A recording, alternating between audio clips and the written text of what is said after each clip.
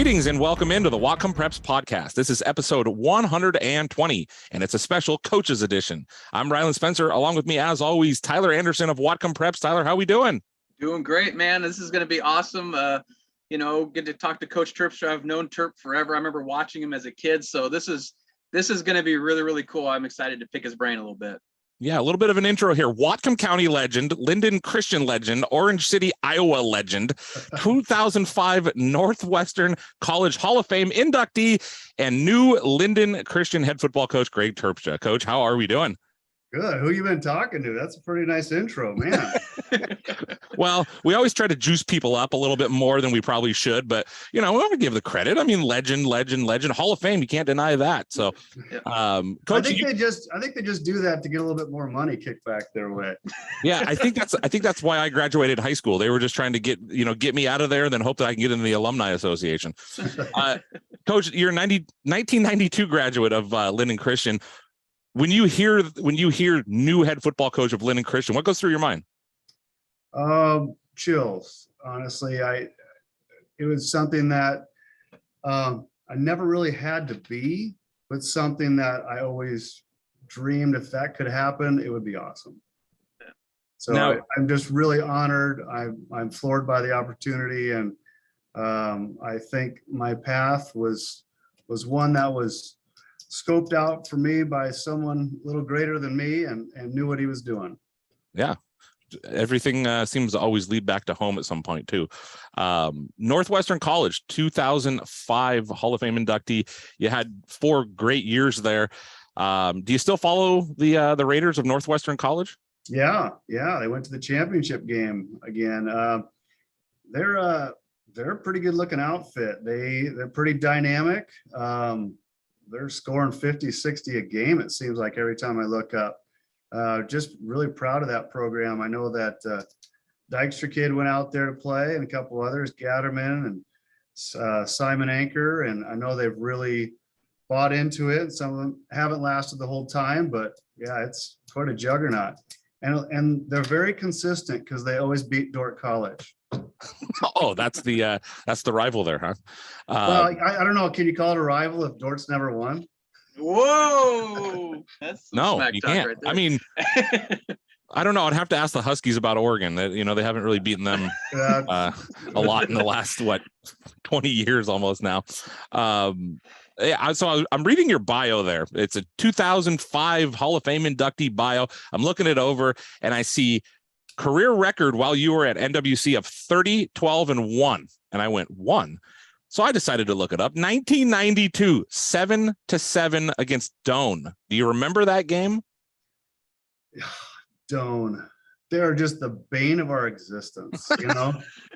They could lose to a team that we beat by 20, and they could lose to them by 40, and they'd come back and either beat us or a tie or something like that. Yeah, they were a bee in our bonnet. But yeah, there were some awesome games out there. I was very blessed because the Linden Christian experience was a high school experience I could never wish for more from. But going to Northwestern, it was kind of like Linden Christian, out there. The 2 towns, Orange City and Sioux Center, where Dordt Northwestern are, it's like taking Linden, chopping it in half, moving it 7 miles apart, and putting a college in each town, and having all the same stubborn Dutchmen who just can't get along and hate each other in a loving Christian way. And then they just want to smash each other. And so we had a great following to all of our away games and so on. It was just, I really cherished it. Were there a lot of other guys from Linden when you were there? Because I know there's 4 on the roster right now that we saw. So were there other guys from Linden or even Linden Christian, I guess? Yeah, Simon Timmermans was a lineman from LC that went there. And then Brian Foote, who was a receiver for Linden, who was also my neighbor. He ended up being my roommate for a year out there. Yeah. Oh, shut up. I know we're all related and we all know each other.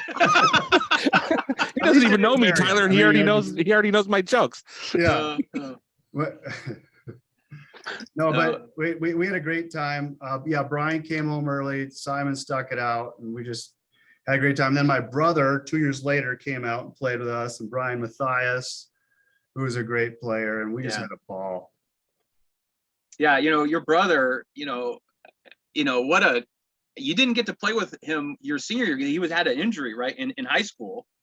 No, well, the injury came late in that. I think at his senior year, he was our holder for varsity. Okay. And he'll always remind me of that. We were playing Eatonville and Bobby Luck and over at Sparks, and to get us over them, we had to kick a field goal, and my future was in Grant's hands, and he tells me that's a good spot for my future to be. But I'm hoping that if I'm the head coach at LC, that maybe some people won't just say, "Oh, you're the other brother." When they ask, "Hey, are you the Navy SEAL?" I'm like, "Oh no, sixth grade school teacher." No, I mean he was a little different. You're probably the more athletic one, but he was quarterback and kind of the tough guy. And as a guy but what did he play in college? Was he like a defensive back or something like that? He came in as a quarterback. Yeah. There were a couple starters my year, so 2 years ahead of him, and then he had a couple others to compete with. And he decided he'd switch to receiver just to get on the field a little quicker. Yeah. He did a real good job there. Yeah. Yeah, he was a guy that he was a senior my freshman year, so to see him, at field level, he was something pretty fun to watch. And one thing I noticed about both of you from watching your film and watching him was, as punt returners, it's like this weird knack of having patience.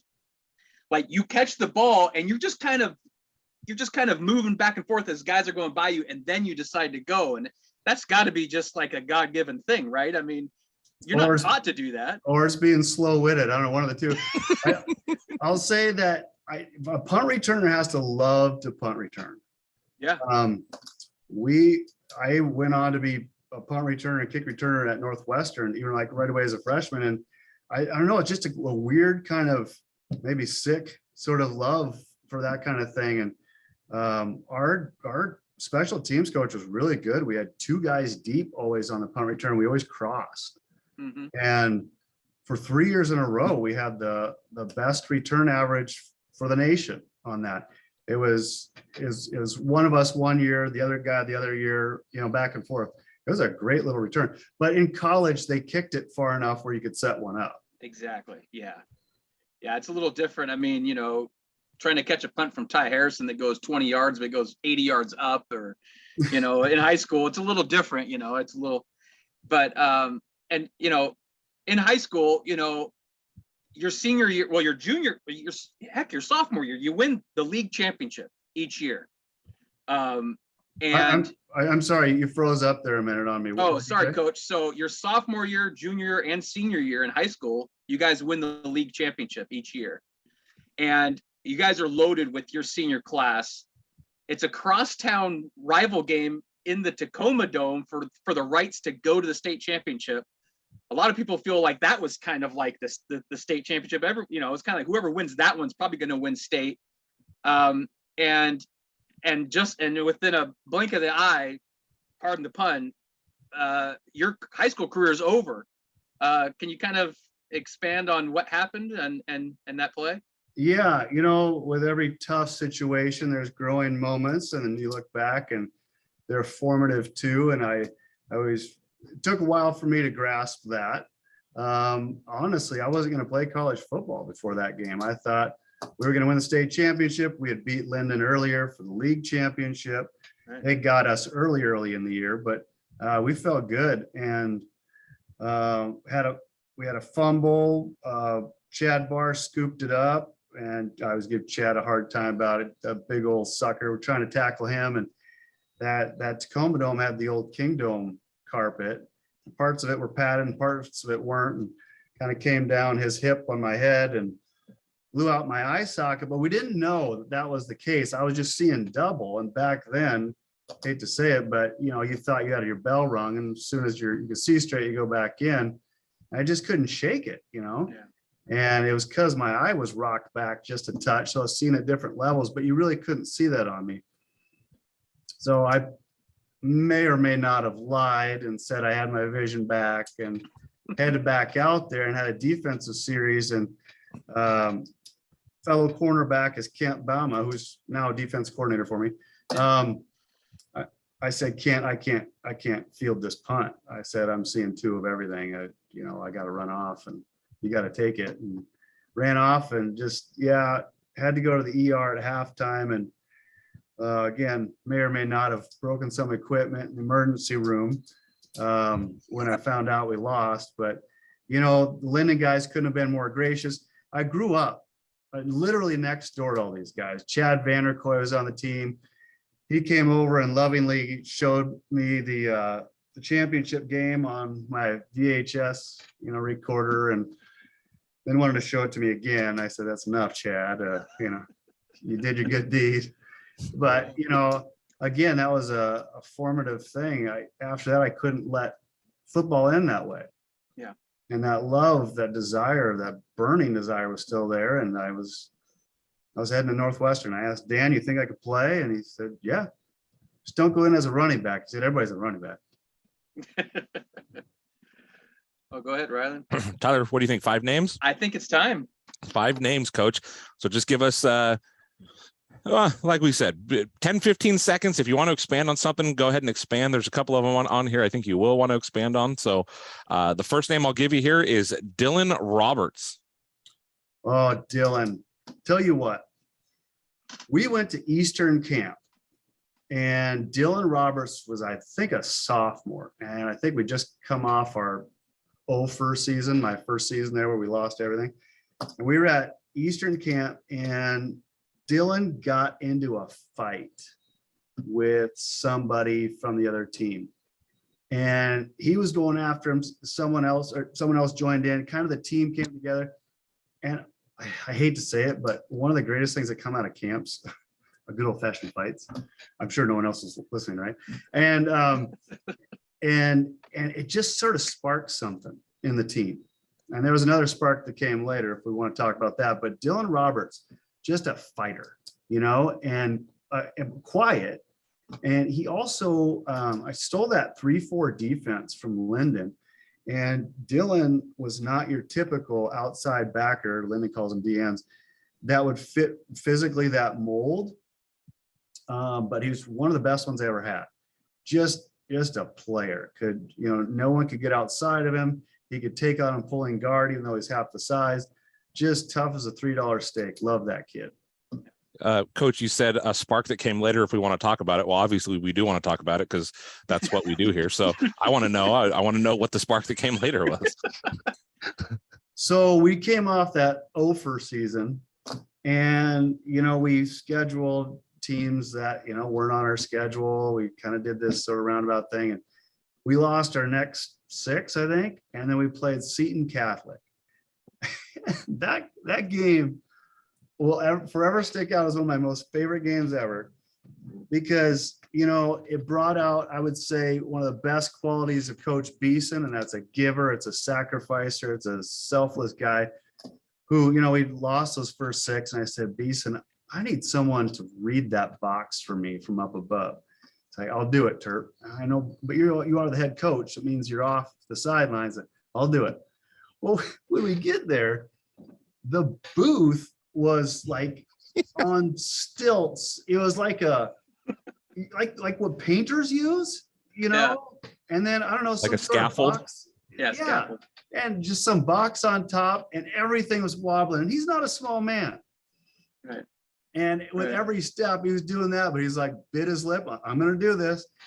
And then the kids come out, and they'd never played a game on this field, the Seton Catholic, and they were out blessing it with holy water and stuff like that. And these kids are asking me, you're from Linden Christian, Coach. Is that what you guys do before every game? Like, I don't know what's going on. And it's just kind of an interesting whole situation.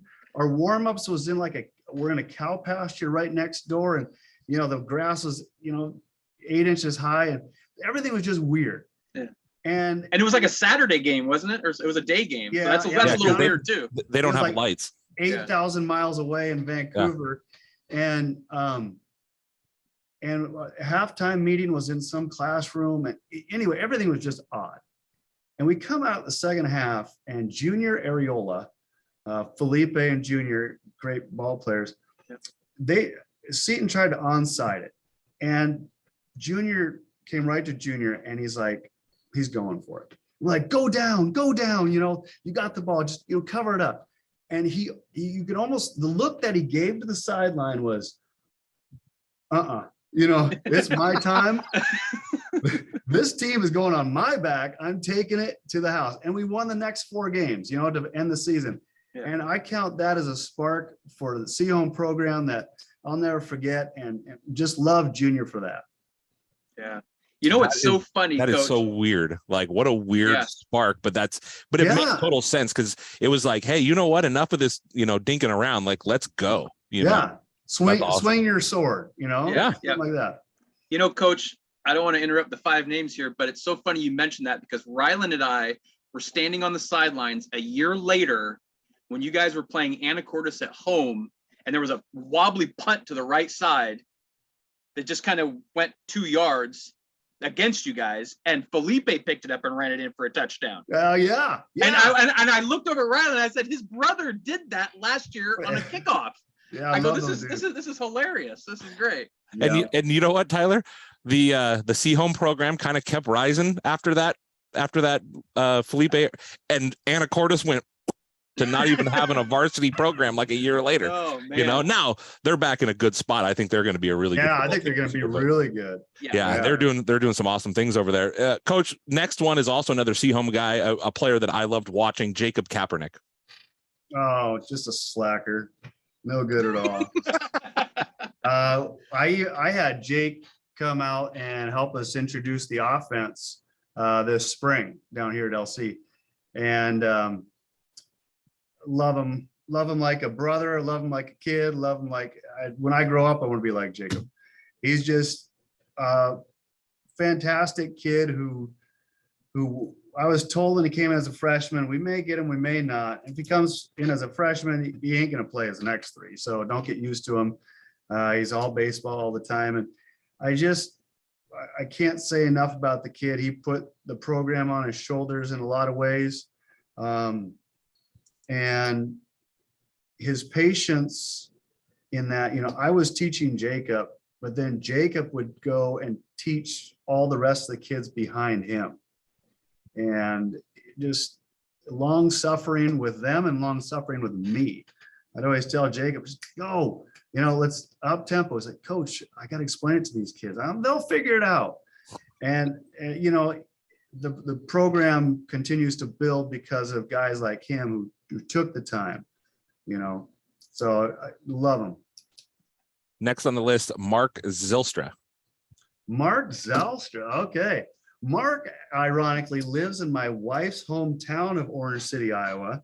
I stole one out of Iowa. She's better looking than me, smarter than me. Her folks will never forgive me because she went further to elementary school than she did to college. Wow. Yeah, so everything was right in the town there. Well, Mark lives out there. Mark was a gamer. Mark and I would battle in football practice and basketball practice. Mark and I, we had some epic battles. And just smart as a whip. Just hard-nosed. Good, great player. Next on the list, David Cowan. Oh, Dave. When he finally pitched the ball, he was he kept it a lot, Coach. I'll give you that. But what was Kamen going to do? We had stable running backs, and Dave was one of them. And then converted him to quarterback, and Chris Bauman and I, and he did a great job. He came from Canada. He looked like he was 27 years old when I think he was a freshman or sophomore. He was doing that thing called shaving, and the rest of us didn't even know what that was. And neither do I. Yeah. I don't know if you saw, I got a picture of you and Sasquatch back here. Dave would come across the border every day, and family was dedicated to Christian education across the border. Love the guy. Yeah. Last but certainly not least on the list, Dan Kamink. Of the coaches that have been around, you got, Dan, Cramey, and Beeson. I learned to play from Dan. I learned to coach from Cramey. I learned to sacrifice from Beeson. You know, that's how I would characterize all three of those. Dan, learn to play. You know, Dan has a way of getting guys to do their very best in their focused spot, and he knew how to push my buttons in a way to go, hey, get after Derek Croft, you know, go after this guy, you know, that kind of stuff. He's very, very good at that and loves the game, you know, for so many years and so much success. And he was miserable to try to learn the defense from, because he had it all up in his melon and never wrote anything down. And I'm coaching JV for 9 years. Hey, what do you think about that? Hey, well, I got that right there. And if the guard does that, and then you do that, like, where's that at? You know, I don't know. It's right here. And so he was so good at that, which I think gave him a great ability to make in-game adjustments too, just seeing everything. Cramey was so good at that as well. You know, Beeson, traveling as far as he did every day to work, at-risk youth down at the Smoky Point exit, and then catching Seaholm on the way back, and then sacrificing watching a lot of his son's games for the Seaholm program. You know, not a better sacrificer than that guy. And ironically, that's been like the one-word theme of my offense. It's what I'll bring here, among others. But and he epitomizes that, and no greater guy. Kamink played at Northwestern College. How influential was he to get you going there, or was that really the only place maybe you even considered, or what was the steps there? You know, for decades, kids from Linden went to Calvin or Dort or Northwestern. Calvin and Dort go with the Christian Reformed Church, Northwestern, the Reformed Church. Don't even get me started, it'll confuse you. But they're a lot of the Dutch Reformed, right? And of those two schools, Dort and Calvin, they never had football. Northwestern did. So if you wanted to play football and you're a Dutch kid from Linden, you went to college out there. You went away. It's just what you did. You know, Western never even thought of it really. And then, so Northwestern had football. It's where I went. I asked Dan. Dan went there before him. Galen went there, and several. And you know, I thought, yeah, that's what I'll do. I didn't really take teaching seriously my first semester. I realized the Seahawks weren't going to call, so I thought I might want to study a little bit. But oh, coach. So also being a track and field coach. So yep. Some of these kids, you know, you taught them in 6th grade. So you're kind of seeing them in different avenues of life, right? Also a rival football team that's also a track coach, Patrick Ames at Meridian. I'm sure you guys go back quite a ways. Today, you guys are both lining up for a 100-yard dash. Who's winning? Oh, I'm sure him. Oh, really? Really? Well, I got good. Like you said, 100. Yeah. See, I'm blowing out my hamstrings at about 75. Okay, 50-yard dash. Oh, 50, I'm going to own him. He's okay. Done. Now in the hurdles, I got you all day. Oh yeah, hurdles. Yeah, I got him on the hurdles for sure. Yeah, but he was he's still in pretty good shape. So I thought, he's a couple years younger than you. So I thought this will be a good matchup here. Yeah, I'd rather go hurdles than arm wrestling for sure. The guy's stacked. Yeah. You know, and he's also nuts, because if you teach high school English, you're crazy. You know, I mean, that's the last place those guys want to be. So he must do a great job. He's a character. I've known him since I was 5 years old. He's something else. That's for sure. Coach, I love to talk about the history, so I'm just going to go there one more time. I have a little game for you. And so now remember, when it comes to remembering things, I have 3 daughters, and they're named Peyton, Morgan, and Sydney. And I needed an acronym there just to keep them straight. So well, we'll see how this goes, you know. And it's you had 11 interceptions in your high school career. And a big chunk of them, all but 2 of them, came against Whatcom County quarterbacks. Can you name all the quarterbacks that you intercepted from Whatcom County? Or how many of them can you name? Well, do I just name the quarterbacks? Just the quarterbacks. Bobby Benham. Yes. Yeah. Kobe Jones. Yeah, you got him twice in that when you clinched the league championship. Okay. Was Gardner a quarterback? No, he was running back. Oh, Fleming? Yep, Ryan Fleming. You got him twice in 2 separate games. Yeah. Or Wait, once twice each. No, twice total. I was about to say, he intercepted one dude 4 times. I hope he ain't watching. Ryan threw a few interceptions. Did Blaine have a dot or not? Nope. Yeah, it was a Blaine guy though. Your senior year. Boy. See, this is a good thing. If you can't remember all the guys you intercepted, that's saying something. Yeah, humble. Well, I had more success at Northwestern. Well, yeah, you had 19. Well, in the Midwest, I think they learned about the forward pass about a year before I got there. You had 11. You had 11 in 1 year, Coach. Northwestern. But K-Mink had 12. Hey, as a Nebraska guy, I know all about the Midwest not throwing the ball. Well, back then at least, yes. Yeah, for sure. Okay, Nooksack's quarterback. Boy, that's terrible that I don't. Well, Slayton. No, he wasn't the varsity. No, I think he's stuck with baseball. Oh man. Yeah, there's still 4 guys. There's another Linden guy, another Meridian guy from your junior year. Okay, was Vander Yacht? Yep, that was your junior year. You intercepted Vander Yacht. Linden. Okay. Yep. Now, what did you say? Okay. Another a different Meridian guy. Your first game, your junior year. So he was older. Yeah, he was a senior, and he didn't end up playing. Bobby took over at quarterback that year, but he was a senior that started quarterback that first game. Yeah, Ty never played, but he was your younger anyway. Boy, I'm sorry to those guys. Well, I don't know that you can be too sorry. They probably like not hearing their names.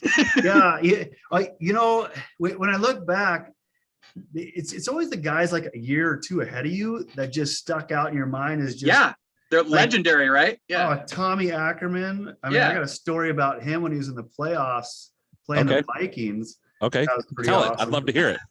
Oh, okay. We like them. Well, so we're living in Minneapolis. I went to Northwestern, married my wife. She got accepted in the University of Minnesota Law School. We moved up there. I started teaching 4th graders up there. She graduated from law school, the whole deal. So I did my time in the Midwest. It was 4 years in college and 6 years up there, and then came back out here. But while we were out there, the Vikings were really good, and they had a playoff game against the Saints, and Tommy was coming to town. And I asked my dad if he was still in contact with Tom's dad. I think he's working at the real estate or insurance office there. Yep. And put him in contact, and I said, hey, I just want to know if I can buy tickets off you, because you couldn't buy anything in Minneapolis. It was just Viking fever. And sure enough, lo and behold, I get tickets in the mail from him, and I get a message to him, see if we could take him out to dinner the night before the game. And we meet him in the lobby of the hotel, and we're talking. I say to him once, I said, Tommy, I said, I got to tell you about the first time we played against each other. He's like, when's that? Well, 7th and 8th were together, and one of the running backs came off. That was an 8th grader. I went on because he was just getting killed. I mean, Tommy was like 8 feet tall when he was an 8th grader, right? Right. Yeah. And then Kent was in there too at quarterback, backup coming in. Tommy was just flying through, picking up the center, throw him to the side, and just destroying everybody, right? Just right in the middle. And I get my first play against Tom Ackerman. And I'm supposed to go up and block anything that comes through the line. Well, it's going to be Tom. And then Kent is supposed to throw a dump pass to Mark Zalstra. And I run up. He does take the center aside. He comes to me, he takes my head, shoves it in the ground.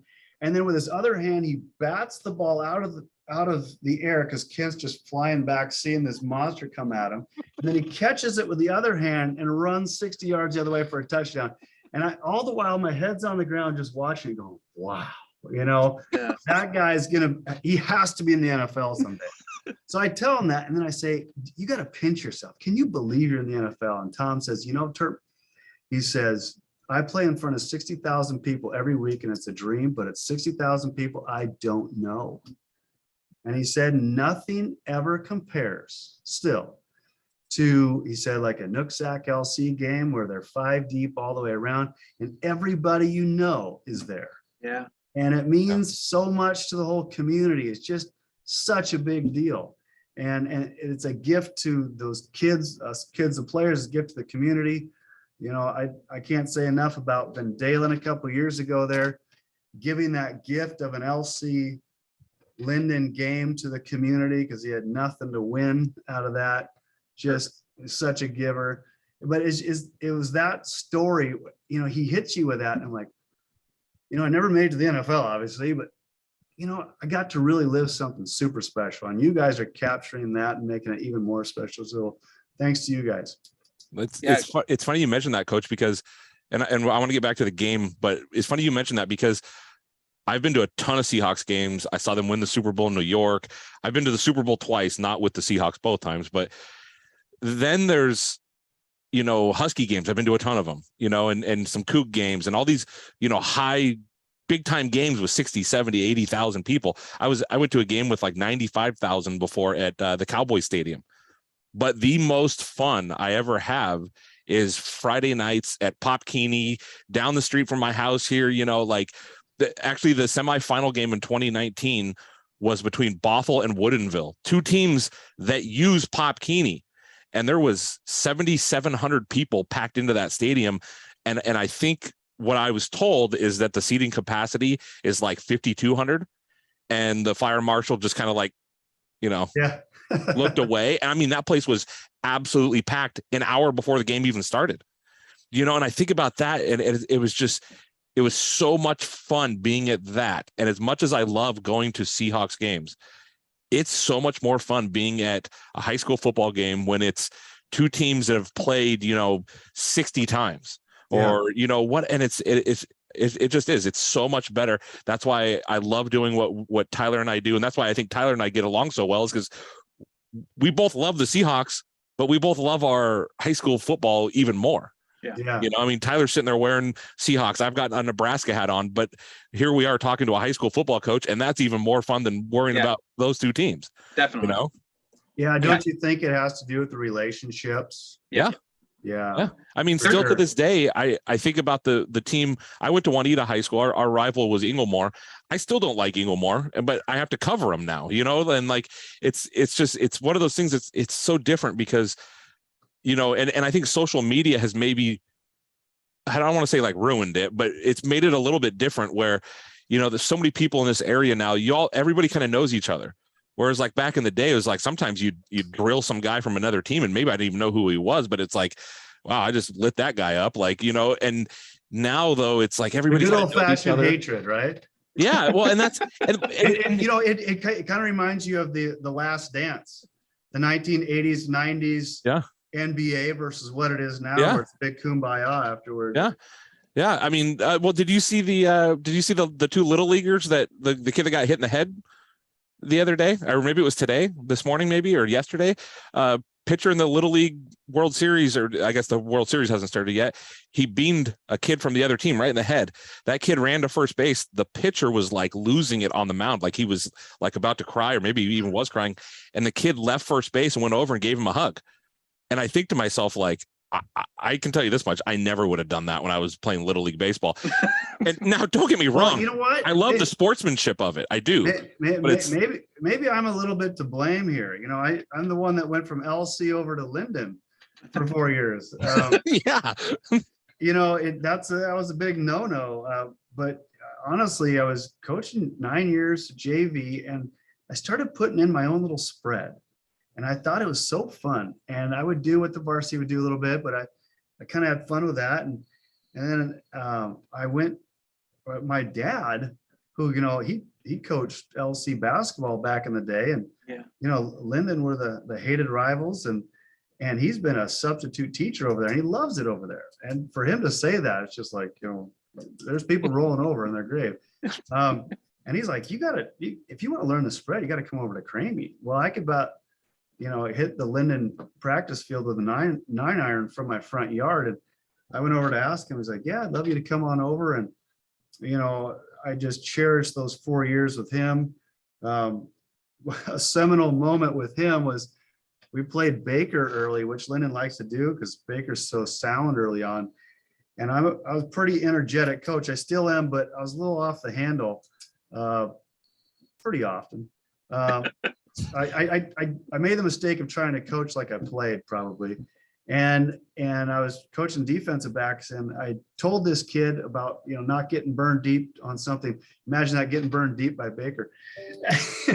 and he got burned on something, and I was running down the sidelines, and I was gonna give him an earful. And Cramey stuck his arm out and looked me square into my soul and said, "Do you think he doesn't know he screwed up?" And I said, I think he probably knows. I said, you know what? Why don't you coach him and don't yell at him? And I'm just like, wow.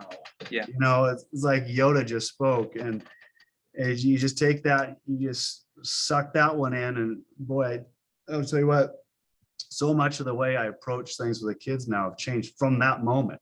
And I could probably name a dozen moments like that with him and with Beeson and so on. So that's unbelievable. That is, that's one that I think back on it, Tyler. I mean, maybe not as a kicker. Well, maybe as a kicker. I think back on it, getting yelled at, and it's like, what did I learn from that other than don't make that mistake? It wasn't how, what did I do wrong? What do I need to do to fix it? But Tyler, before we go too much further, give me all the names of the quarterbacks he picked off. Yeah, well, the ones he named: Colby Jones, Bobby Benham, Ryan Fleming, and Joel Vanderyacht. There were 3 others. Ernie Clander at Meridian was from the first game. And then your senior year, you also got Nooksack Valley's Kevin Bartholomew and Danny DeLong from Blaine. Okay.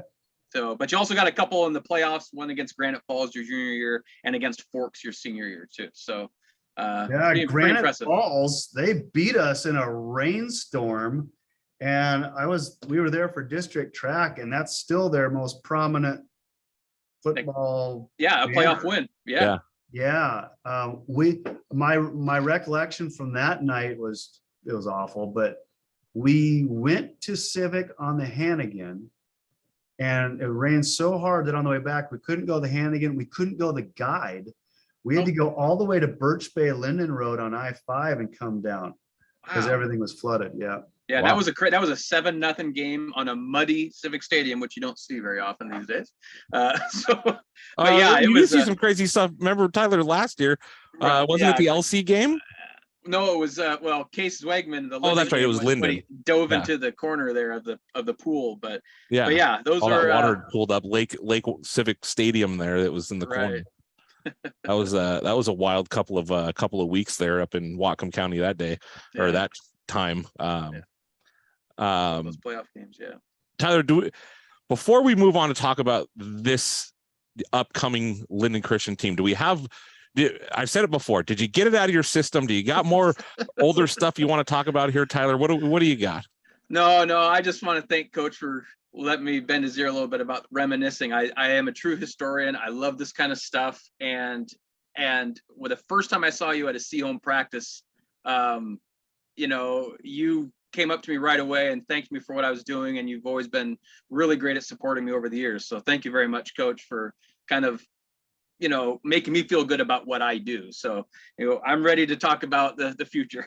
Well, I'm not in rare company. Everybody appreciates it. Those kids, they hang on a bunch of your stuff. So yeah, I'd like you to be really nervous every time you post something because everybody's going to tear it apart. That's what I love about you. Yeah. See, the beauty is Tyler posts facts, right? Like you can't argue with stats. No. So there's not really much arguing to be had. Whereas, I put an article out giving my opinion on one little tiny thing, and before you know it, I've got 25 emails from different families and everything. I'm going, my goodness, I got to stop doing this stuff. I just don't want to do it anymore. Tyler, when oh shoot, there was a question I was going to ask, and it had something to do. Oh no, the two games outside of Whatcom County, we don't know who the quarterbacks were, do we? That he intercepted. Oh, I don't know the names of the quarterbacks. Yeah, no. Classic Tyler doesn't know the names of anybody outside of Whatcom County. Although the Eatonville guys, he knows Bobby Luck and Bobby Luck, right? And the jumper guy, right? Brandon Jumper. Yeah. They took down number 1 Eatonville in that playoff game, 17-14. That was a huge game. Yeah. Let's talk a little bit about this upcoming Linden Christian team. I mean, the first name obviously is Kate Eldridge. Tyler, what was the stat you threw out there about the last time somebody played at USC? Oh yeah, it's been the last time a Whatcom County football player, a Whatcom County athlete went to USC to play football was, I think, 71 years ago. So it was I think Warren Bianchi from Bellingham back in the 50s. So pretty impressive. Yeah. First off, what's it like coaching a player that not only is going to USC, the biggest name on the West Coast as far as football goes, but who is Kate Eldridge? What's it like coaching him?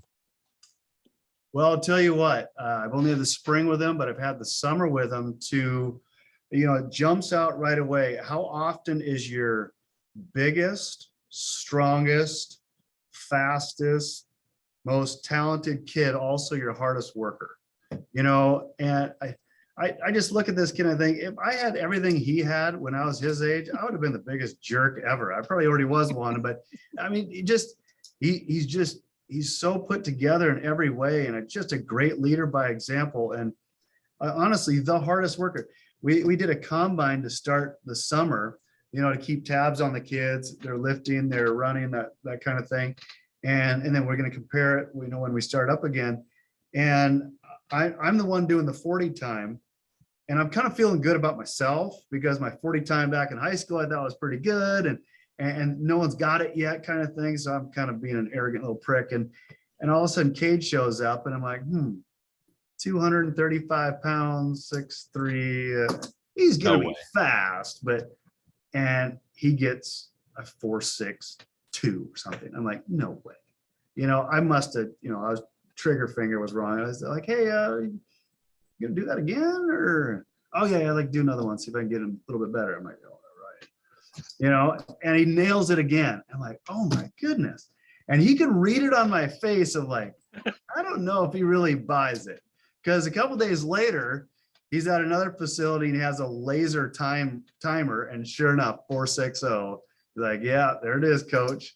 And I'm like, wow. So yeah, fastest, strongest, hardest worker. And the way he handled the whole recruiting process, Dan stepped down, I jumped right in to like entertaining these guests from all these Pac-12 schools and Michigan and so on. And I didn't really know what I was doing. I am really well. And boy, he owned the room. He really did. And you can tell they wanted him. They made it hard on him because they're all great guys that showed up, but they wanted him for things beyond football. And you could see it right away. He's smart as a whip, put together, priorities straight. His folks have done an excellent job. The past coaches have done a great job with him. I'm the beneficiary of that, as long as, it swells our staff. I hope he does all sorts of stuff this senior year. I hope he goes to play basketball too and comes out and throws the shot for me and runs the 100. Oh, he's recruiting him to the track team already. Yeah, that's right. That's right. Hey, Coach, you mentioned earlier, I don't remember who it was you said I want to be that guy when I grow up. Yeah, Tyler, he wanted to be Zach Sitma when he grew up. Now, do you know, are Zach and Tyler Sitma, are they related? Zach and Tyler? Yeah, they're brothers. Okay. You never know in Linden, Whatcom County. Sometimes just because they have the same last name doesn't mean they're related. Yeah, you can't swing a dead cat without hitting a Dykstra, right? Yeah. Or somebody with like 2 last names that starts with a Van. Yeah. So is Tyler, should Tyler Anderson switch his focus to wanting to be Tyler Sitma when he grows up? And what kind of player is Tyler Sitma? And what do you see like offensively, defensively? How do you see yourself using him in a spread offense? Well, just overall look at the offense, and what I'm up against here is the entire O-line graduated. So we got a long ways to go there. And so the new guys that are filling those roles, we've got 3 or 4 kids out who haven't played football for 3 years, 4 years, and kind of coming back, because we have, 8,000 kids who are 6'3", 168 like this. And we got to do a little bit of this. And we found a couple of those guys to stick in there. And so at quarterback, we need to be athletic, running back athletic. The whole quarterback battle is still raging. Kids showed some good stuff in our jamboree. And you've got some great aspects to each one of those kids battling. Sitma could be a candidate. He'd be a defensive nightmare. Because he'd make plays and let things break down. He could create. He's a great little scat back slot receiver guy. Getting the ball in his hands quickly is, a no-brainer. And then other quarterbacks have their own skill sets, and how it fits with everything else is going to be what we need to judge in these first couple of weeks.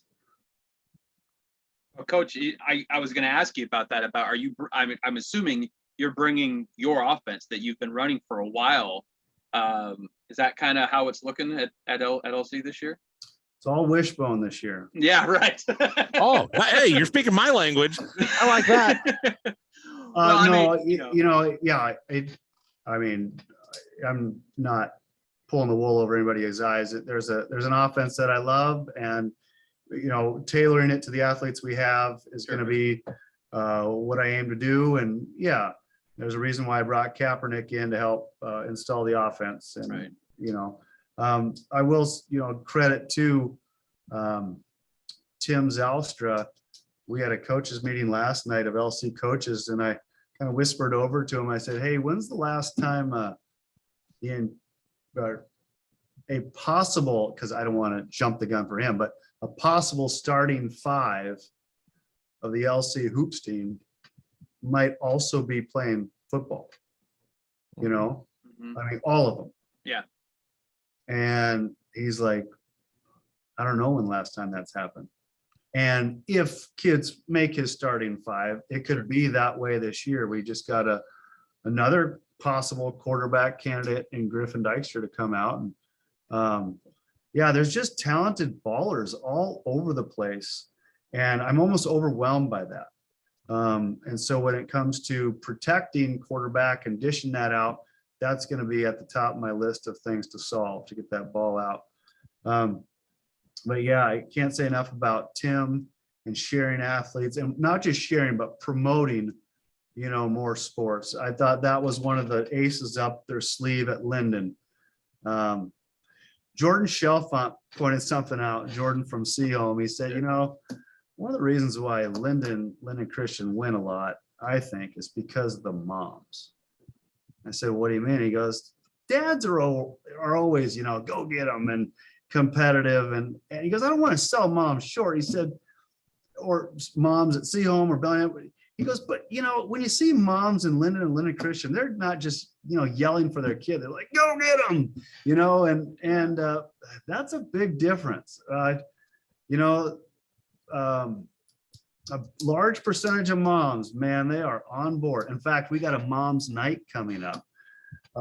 They don't know what they're in for yet, but it may have something to do with them putting on their kids' uniforms, those stinky things, and going out and playing their position on the football field for a practice one of these nights coming up. And I know they're going to be asking me what mom's night is, but that's kind of what I got up my sleeve. Oh, You should have Tyler come out and take stats. There, you know, Tyler, I am so grateful for your stats. Beastman will ask me, hey, how many yards did you rush? How many yards did you throw? I'm like, there's one stat I care about, W or L. I'm just not into those. And I'm so glad people like you are, Tyler. Yeah, well, people want to see him, so it's but that's not a bad thing as a coach. I mean, you want to win or you want to lose. I remember the Anacortes game last year. I'm sitting across the booth from you. You guys win 17-0. Once Tommy Funk got over 100 yards, I kind of wrote it down and put it on the window just so you could see it. And you kind of looked at me like, I don't care, like, but because you're in the moment, you're like, I want to win this game, but you never know who's into it. And sometimes, I'll let the radio guys know, or I'll let whatever know. And I kind of smiled and I thought, coach doesn't care. He wants to throw the ball. Yeah, isn't Tommy a great kid? Oh man, see him salty this year. Yeah, and they got a couple kids that are going to battle for spots. I know Carson Neff in their quarterback, and he's got a freshman breathing down his neck. And there's just solid guys, and Beeson most likely doing a lot of his wing T principles, and he's so good at that. And Chalfont and Wood are both bought into that as well. They got history in that. They're going to be real good. I'm glad we don't play them. You know what? Before we go too much further, you mentioned Wood. He's a big fan of our show. He listens to everything you watch. Do you got any stories about him that might make him blush a little bit while he's listening right now? He is a terrible karaoke singer. Give me a couple songs. Do you got any songs? His go-to? Well, he's from Montana. They've got like 4 songs in a jukebox somewhere up in Helena. And I don't know, it's probably a Billy Joel and a Duran Duran, and I don't know, whatever it is, and maybe 2 versions of one song. He's just really bad. Other than that, he's a great guy. And when we had that COVID win against Ferndale, that was a seminal moment, and it was fun to see him bawl his eyes out because it meant so much to him. And the kids gave him a hard time about that. You can just see it. The passion on that guy is palpable. Great dude. I was going to crack a joke and say his passion for Montana State football, but I know he's a Grizz, and I didn't want him to, break his phone or his computer or wherever it is that he's listening when I say Montana State. He texted me right before this. I said, I'm going on with these guys. He thought that was the greatest thing ever. Oh, nice. It just gives him something to listen to. That's all he wants. He just wants content. That's all he wants. Yeah. Tyler, what else do we got to talk about with this team coming up this year? We want to talk about the schedule a little bit? Yeah, well, I want to ask a really quick question. I know you're going to have a question about the schedule, but a player that really intrigues me, Coach, is Jeremiah Wright. He came on a little bit as a sophomore, played some defensive end. I know he's done some really great things with you on the track team. He's obviously a basketball guy. I mean, he's an imposing figure on the field. How do you see him? I imagine defensive end is kind of locked in, but on the offensive side of the ball, he could be a matchup nightmare, could he not? Yeah, he's battling for that quarterback spot. I don't know if you saw our scrimmage over at Blaine. Yeah. He looked real good there. Being taller and athletic and having a line without experience, it's a nice thing in his favor in trying to win that job. If he was just going to sit back and be a pocket passer, I don't know if, then I don't know if that's in his favor, but just being so tall, so athletic, and so smooth, people will say sometimes, God, Jeremiah, I wish, you'd light a fire under him. Is he competing as hard? And tell you what, I've had him on the track team. That guy blows out blocks. Like, he's a lot of man that moves really fast, but he's so smooth. Like, he's on the 4x4 team. He's doing the 110 hurdles. He's doing 300 hurdles. He's, and he just gets out, and he's had to fill in on the 4x1. I can't say enough about him athletically. I told his dad a couple of years ago, I said, he could be a D1 athlete in a couple things, but I hate to be a homer here because at the time I was just the track coach at LC. I said he could be a D1 decathlete. Everything he does, he just does so well. Got to state in the high jumping. I'm a sentimental little freak. I still have on my wrist. My kids are going to kill me for this. I still have the state pass for the state track meet a couple months ago. It reminded me because 5 guys, Tyson Bima, Johnny Bauma, Andrew Luce, Tristan Brink, and Jeremiah, those 5 guys got second in state as a team in track, and they hadn't won anything. The girls were winning everything. And it was kind of a reminder to me, don't sell anybody short. It was actually the Connell coaches, who are also the football coaches, that come up to me and they're like, hey, you ready to get second? I'm like, who's getting second? I said, I got a pretty fast kid. I'm hoping he gets first. No, your team. I said, I don't know. The girls, they're doing well, but second might be, no, your boys. It's like, I was up till 3 a.m. last night, coming up with all the numbers. Your boys are going to get second. I'm like, you're full of it.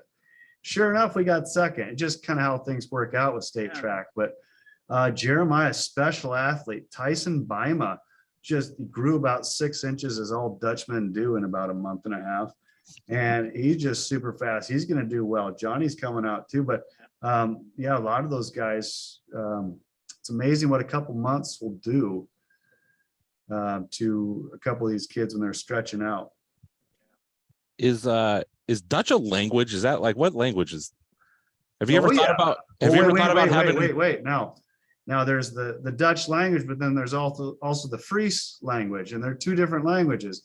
If you have a Dutchman with the last name that ends with an A and some other ones, they're Fries. They're not just Dutch. So, well, Dijkstra, Terpstra, Sipma. Oh, yeah. You ever think about just having everybody learn Dutch, and then you can just say exactly what it is you want to happen on the field because nobody on the other team probably speaks Dutch? God, that's brilliant. Hey, you just call it a play. Hey, I'm not just here for the beard. Yeah. You are on to something, because all these great old Dutch folk that, came over on the boat, they're starting to die off, and we're not getting those thick brooks anymore. And we're losing them left and right. They've been such a treasure in our community, but not many speak it anymore. There are Dutch words that my wife and I knew growing up that we would use in our common language, that when we got into what I'd say the real world, people are like, what are you saying? And my wife would say a couple of them in law school, and some guy was wise enough to go, ma'am, in this law class, we speak English. Oh, wow. I don't know what kind of word you're using there. I won't bring up the word because you guys will never know what it means anyway. Nope, definitely would not. As a matter of fact, I just asked if Dutch was even a language, so that tells you everything you need to know about it if I would have been able to figure that one out.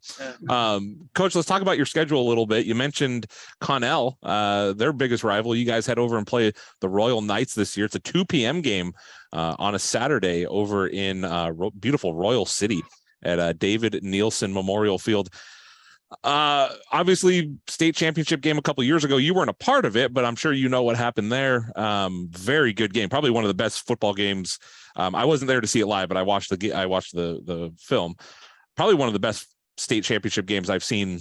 I mean, there's been some really good ones, but that's one of the better ones I've seen in the last few years. What do you know about the Royal Knights? And I think a lot of people expect them to be a top 4 or 5 team again this year. Well, I was uniquely involved in that game because I've been a big bad cheer dad for the last couple of years. My daughter was, she's on the cheer team, and those ladies, you can't overlook them. This non-league schedule, I think, is phenomenal. I can't wait for it. We got the Seaquam Seahawks, school of 1,300 kids from BC coming down, and their coach called me. He's like, hey, I just want my kids to experience a Friday night the way it's supposed to be, so he's excited about coming. They could be just world beaters. I know they were rock solid when we played them when I was at Seahome a couple of years ago. They had a couple of kids that are now in the CFL. So they could be just awesome. Or I know last year COVID was tough on them and the numbers, or they could be just, getting their legs underneath them again. Week 2's ATM. Yeah, they're not bad. Bellevue Christian is third week. They made the playoffs last year, triple options, so that'll be something new. Then we had an opening, and then we had Renton. And so all those games were put in place before I got the job. And then we had this week 4 opening. I was kind of shopping around, and my lovely athletic director said, I got a week 4 for you. I think she said, you said anybody, anytime, anywhere, right? So I got Lake Stevens. Are they good? You know, like I'm like, oh, whoa, Yeah, 4A school, huh? yeah. Let's redefine. They might be what the number anybody one team. anytime. Yeah, like some people are gonna have. Everybody should have Lake Stevens in the top 3 of 4A this year. So yeah, let's go ahead and play them. Yeah, that's a good idea. Yeah. I think the other one was like Glacier Peak, and it's like, whoa, Nope, they're going to be in the top 5 also. Yeah. So then I saw Royal come up, and I call up their coach Allred, and I'm like, hey, am I just the naive, stupid first year head coach who's like, oh, Royal, okay, you know? He goes, hey, you know, I think we're losing, graduating 22 or 23 seniors. If there's any year to play us, it's this year. Nobody believes me. And I said, I'll bet you're better than what you're representing, but don't lie to me. I don't want another Avery Ellis on your team. No, they don't have him. And he said, I have his brother. He's getting there, but yeah, we don't have an Avery Ellis. I said, okay, because that kid, sheesh, he's unbelievable. Yeah, so the Connell coaches, they're like, yeah, you guys are going to play them? Well, that's going to be great. We'd love to see that matchup.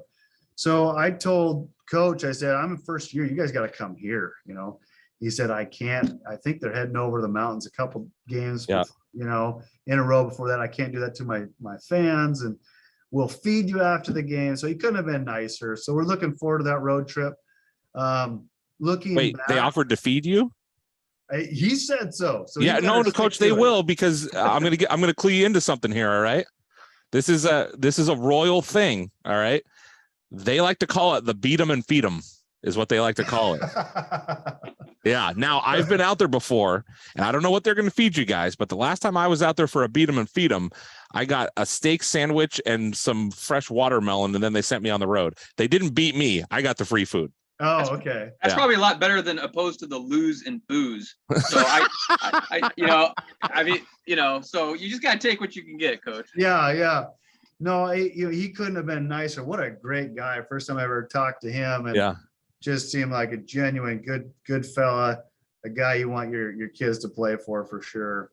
Which explains why they've had the success that they have. I mean, you know, anybody that pays attention to what Tyler and I have talked here many times about Royal, and the community involvement, the buy-in from just everybody is unbelievable out there. So it's awesome. I think that's going to be an awesome matchup for you guys, and for them to get they have a hard time scheduling games. They have teams schools don't want to play them. The bigger the 2As and maybe even the 3As at times will try to. They're going, hey, we don't want to play those guys. Like that's a team that could kick our butts. I shouldn't speak too soon, but I'd kind of like to make it an every year thing with those fellas. Just I think it helps both programs. Absolutely. Yeah. No, that's awesome. Some other games here, kind of looking at. You mentioned Archbishop Murphy. You guys have played them, I would assume, a couple of times there with Seaholm. Always a very talented team. That should be a good, strong matchup. Very interesting schedule from the way I look at it, because you get 2 at home, 3 on the road, 2 at home, 2 on the road. Yeah. Only 4 home games, and those get 3 Saturdays in a row away, and the closest ones are in Seattle, right? Because you go Bellevue Christian at Bellevue Christian. They usually play, I think, at Sammamish High School in Bellevue, and then Renton, they play at Renton Memorial, which you'll like. That's a really nice stadium now. They renovated that stadium a few years ago, and it's gorgeous. The important thing to me about Renton is that it's 1.9 miles away from the Jimi Hendrix Memorial. So if we win, we get to go see that. Yeah, it's right up the hill. It's actually a really, really cool. They have like this big domed area, and it's a pretty neat spot. It's also right down the street from Topgolf. You get down there early, catch around and play some Topgolf. They just opened. Nooksack Valley Meridian at home, and then you go on the road against Blaine Mount Baker. Obviously, we've talked about it many times. Tyler and I have. probably the toughest 1A conference in the state. And even though maybe there isn't like a clear cut, these guys have a real shot to win a state championship this year, it still looks like it's going to be very, very tough in that conference, Coach. Some guys that, some names here. We've got, Ron Lepper, obviously a real character. I don't know how much Coach Lepp, Patrick Ames, obviously, Craig Bartle, and Jay Dodd. There are just some real characters in this conference, some interesting guys. What are you looking forward to the most about playing that honestly, it's a real tough 1A conference schedule? Well, what's neat about this conference is it's so good, and yet it's diverse. You get a Ron Lepper who these kids love and run through a brick wall for, and they're so ingrained in that wing tee and know it so well, and they have the if then, and they're so tough to stop, especially if you only see them once. And then Blaine Jay does a great job, love that guy, and he'll switch things up on you defensively, offensively. Got a great new stadium there, a great population base. I don't know how close they are to 2A, but they got to be knocking on the door again. Meridian, nobody's sharper than Patrick. He's been around the game for so long. He gets those kids to play so hard and so gritty. But yeah, Nooksack, very young, but already maulers and athletic. And that quarterback, Joey Brown, he was at the state track meet, and boy, what a stud. He's going to be hard to contain. They got some real aces in the hole there. So it should be a fun matchup all around between all of us. And, I asked a couple of the coaches, hey, why aren't we playing twice? Why are we going all over God's green earth to get games? And, I think everybody has kind of a different opinion on that. And, maybe once one and done makes it more special. They've all kind of got a different answer, I think. And I'm okay with it. I kind of would like to just do us all, just maybe because of my own memories of, going around the horn twice was so Tyler fun. would like it. I'm behind it 100%, Coach, because it helps me a lot. If there was a vote, I'm voting for that, but maybe I'm an idiot as to why. I don't know. I just look at, those times when I was playing and the other guys were playing in high school, it seemed like anybody could beat anybody on any night. And I think that's coming to that again. I think it's that way this year, honestly. It's just going to depend on, I think, a couple plays here and there. I think it's going to be a real exciting league this year. Yeah, I remember, like you were talking about when you played, and the old Whatcom County League was just, you're right, anybody could beat anybody. Your junior year, you look at that, everybody kind of did beat everybody except for you guys. But even the games you won were not blowouts. Baker beat Linden that year, and Linden beat this team, and Meridian. They all kind of beat each other up, and only one team was going to the playoffs. And it was hard, and you're right. You develop, these rivalries and everything, and it's kind of looking like that. Like Ryland was saying in the Northwest Conference 1A, is that I know that it was tough for all those coaches to do it twice. Because the coaches had all been there for so long, when it was Dan and Rob and Bob and those guys. It was kind of like, man, playing to beat a team twice in 1 year is really tough. There was a couple of times when it was every single time the away team won for a year. It was just crazy. It was just one of those weird things. And I'm sure you've heard this a zillion times from Dan and those guys. And even at the 2A level is, once you get to the state playoffs, it's kind of like, well, we're prepared. We've been playing state quality teams for a while now. So that can only help. Yeah, for sure. It's funny, when I started coaching at Seahome, we're playing these teams I'd never heard of.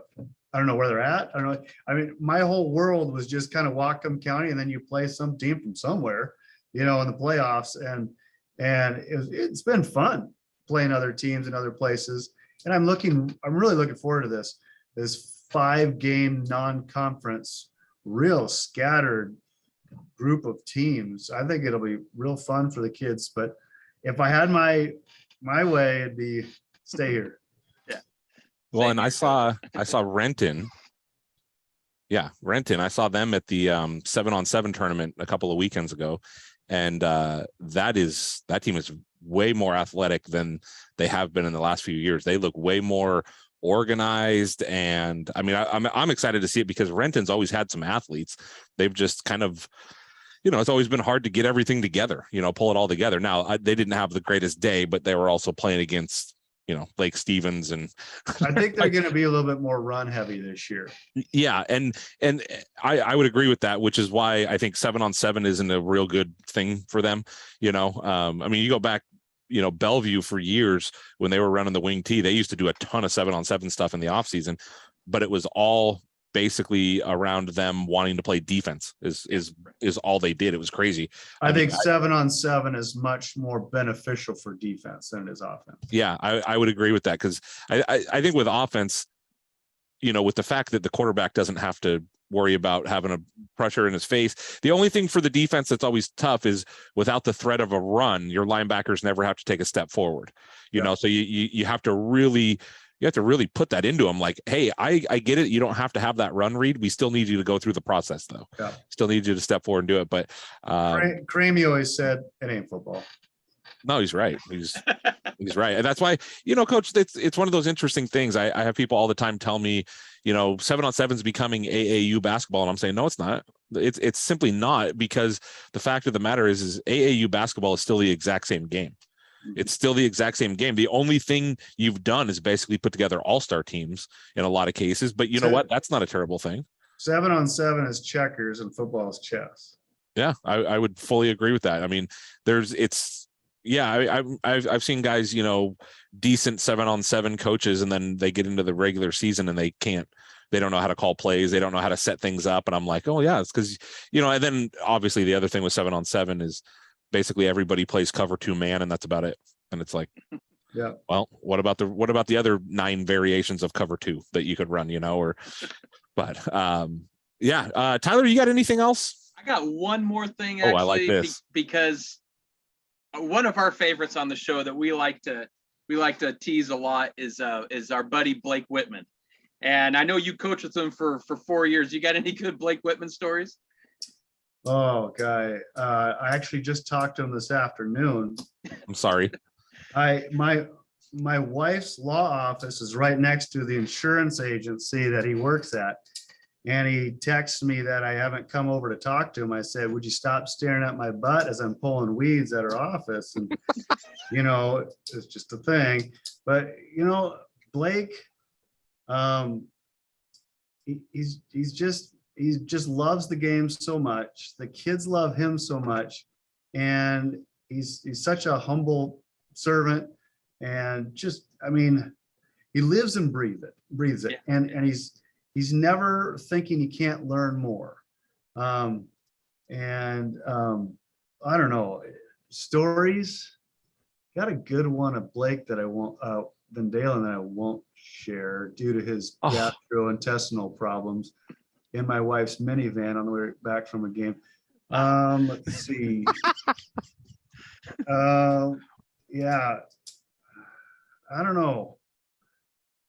I don't know if I can share any right now. I'd have to think about that. That's totally fine. I'm sure Coach Whitman's going to call me as soon as he hears this. Yeah. And he's going to say, "Oh, tell Terp that I'm glad he didn't bring up whatever he was going to bring up, because no, we just love, Coach Whitman's once football is rolling around, we're going to have some fun talks, and I just love talking high school football with a guy like that." So, there was one time right away, like one of the first games I was coaching at Linden, and Blake Van Dalen was up in the booth and just talk. And Cramey goes, Mr. Van Dalen, will you be speaking the entire game? Oh, yeah. Yes. Sorry, coach. But his dry sense of humor. Hey, I would like to also acknowledge too, the staff that I got this year. Yes. I got some great guys, and I think you're going to see some great stuff from Kent Bauma, who classmate of mine. And I think the only guy who might have loved football as much as me, maybe even more. He's just a great guy to have on staff. Nate Owen is also kind of defense coordinator-ish too. Newer to the community, because in order to be new to the community, you got to be here, not within the last 20 years and related to everybody. Right. He's an airline pilot, just, he flew fighter jets, so he's just stone cold, right? But I got Jordan Kreider, who was quarterback at Linden. Yeah. Before Josh Kraft and during Josh Kraft. Joe Vanderpaul, who's been on LC's staff before. And we got a bunch of other guys, Butch Leibel, Preston Vanderveen, who played for me, Dylan Carhuff, Zach Sitma, who just got engaged, by the way. Oh, congratulations. Yeah, so got a bunch of really good guys. Really looking forward to them, because kids want to be around them. Yeah, that's awesome. Yeah, sounds like a good staff too. Even some names I know. And Eric Leibel and Kevin DeYoung are staying on, and what they're going to really help with is everything, but also trying to get the whole 7 through 12, going with the same verbiage and offense, defense, and so on. Nice. Awesome. That's huge. Yeah. I mean, anytime you can have that, solid, 6 years of running the same stuff, or, maybe when you're in 7th grade, you're not running the exact same stuff, but you're running the bread and butter. Yeah. So that by the time you get up into high school, you've got, your freshman teams will benefit from that, as you go forward. But that's awesome. Tyler, do you got anything else? No, I think we're good. This is what I've been looking forward to for a while. And coach, I've said it before, when I see that there's a coach that steps down, selfishly, I cross my fingers hoping that whoever's coming in is going to be someone who knows what I'm doing, because I don't want to explain who I am, what I am to someone from outside. So I was really excited when I saw that you got the job, because I didn't have to explain myself. I just walked over to you during a track and field event and said, "Congratulations, coach. Can I be on huddle?" And and from there, it's this is going to be really cool. So thank you very much. I would appreciate if you just broke down all my games too. I mean, you do it anyway. You're really good at it, and I don't know what it costs me, but feel free anytime. Let me know what you see. I mean, is there anybody in the county that's watched more film than you? Oh, man. I respect everything that you've done, and I mean, as sharp as you are, give me the inside anytime you want, and be careful what you suggest, because I'll probably do it. Yeah. Hey, in that case, run power. Tyler, tell them to run power. Yeah, that'd be right. So you should run a counter tray against Baker first play, just to because they see it at practice every day. So that'd be kind of funny. And you know what? Run it against Royal, because they will run it 9 times in a row if you don't stop it. Yeah, I've seen that. Yeah. Here, you know what? Let me Google what counter tray means in a minute. It's gonna pop up with the Redskins from 1983, John Reagan's. Yeah. Speaking my language. That's some good stuff right there. All right. Well, Coach, we'll let you get going. I'm sure we will cross paths at some point. I plan on getting up that way for quite a few games this year. So, well, thank you for your time. Obviously, Tyler, the next thing we have going on is we'll have some team previews coming up here. Actually, I guess it's a little further away now that I'm thinking about it. It's a couple of weeks away before we got some team previews, but that's kind of the next thing as far as the Whatcom Preps podcast goes. So, Coach, again, thank you for your time, and we'll talk to you soon. Thank you guys so much, and thanks for all that you do. Kids love it. Thanks, Coach.